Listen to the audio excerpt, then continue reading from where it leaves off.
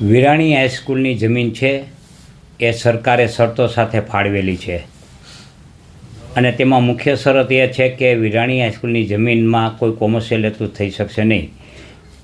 ટૂંકમાં શૈક્ષણિક હેતુ સિવાય કોઈ કાર્ય થઈ શકશે નહીં કે કોઈને ભાડે આપી શકાશે નહીં કે તેમાંથી નફો રળી શકાશે નહીં તેવી સ્પષ્ટ શરતો હોવા છતાં વિરાણી હાઈસ્કૂલના પ્રવર્તમાન ટ્રસ્ટીઓએ આ વિરાણી સ્કૂલના મેદાનમાં એક મોટું ખાણીપીણીનું બજાર ઊભું કરી દીધું છે.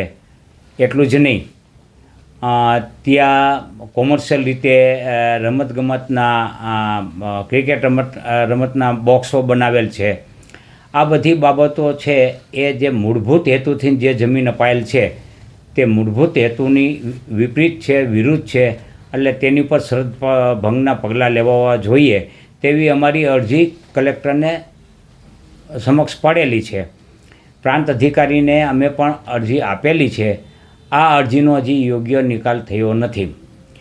એટલે આ તાત્કાલિક બંધ કરાવવું જોઈએ અને જે રાજકોટના વિદ્યાર્થીઓ છે, રમતવીરો છે, એ રમતવીરોને રમવા માટે મેદાનને ખુલ્લું કરવું જોઈએ. જેવી રીતે રાજકોટમાં અત્યારે દિન પ્રતિદિન મેદાનો ઘટતા રહ્યા છે અને આપણે વૈશ્વિક સ્તરે આપણે રમતગમતને પ્રોત્સાહન આપવા માટે સરકાર પ્રયત્નો કરી રહી છે. તેવા સંજોગોમાં જો મેદાન જ નહીં હોય તો વિદ્યાર્થીઓ રમશે ક્યાં?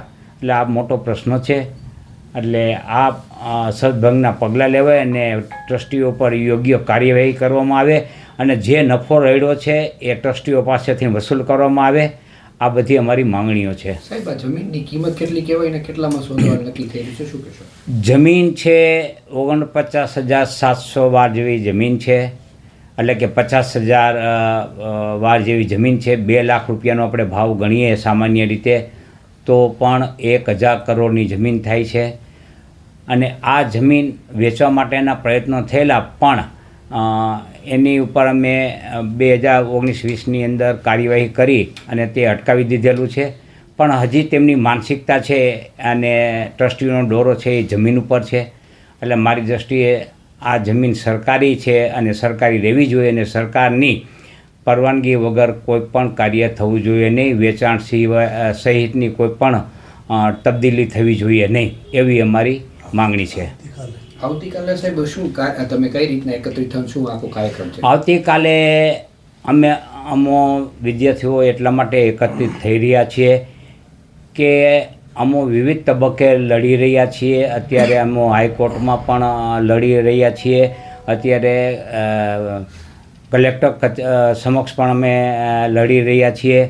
આ લડતને કેવી રીતે મજબૂત બનાવી અને આગળની સ્ટ્રેટેજી નક્કી કરવા માટે અમો એકત્રિત થયા છીએ. અને જે શરતભંગ થયો છે તે શરતભંગ ઉપર સત્વરે પગલાં લેવાય અને જમીનને ખુલ્લી કરવામાં આવે, મેદાનને ખુલ્લું કરવામાં આવે અને વિદ્યાર્થીઓને અને રમતવીરોને રમવા માટે ફરીથી કાર્યરત કરવામાં આવે તે માટે મારી લડત છે.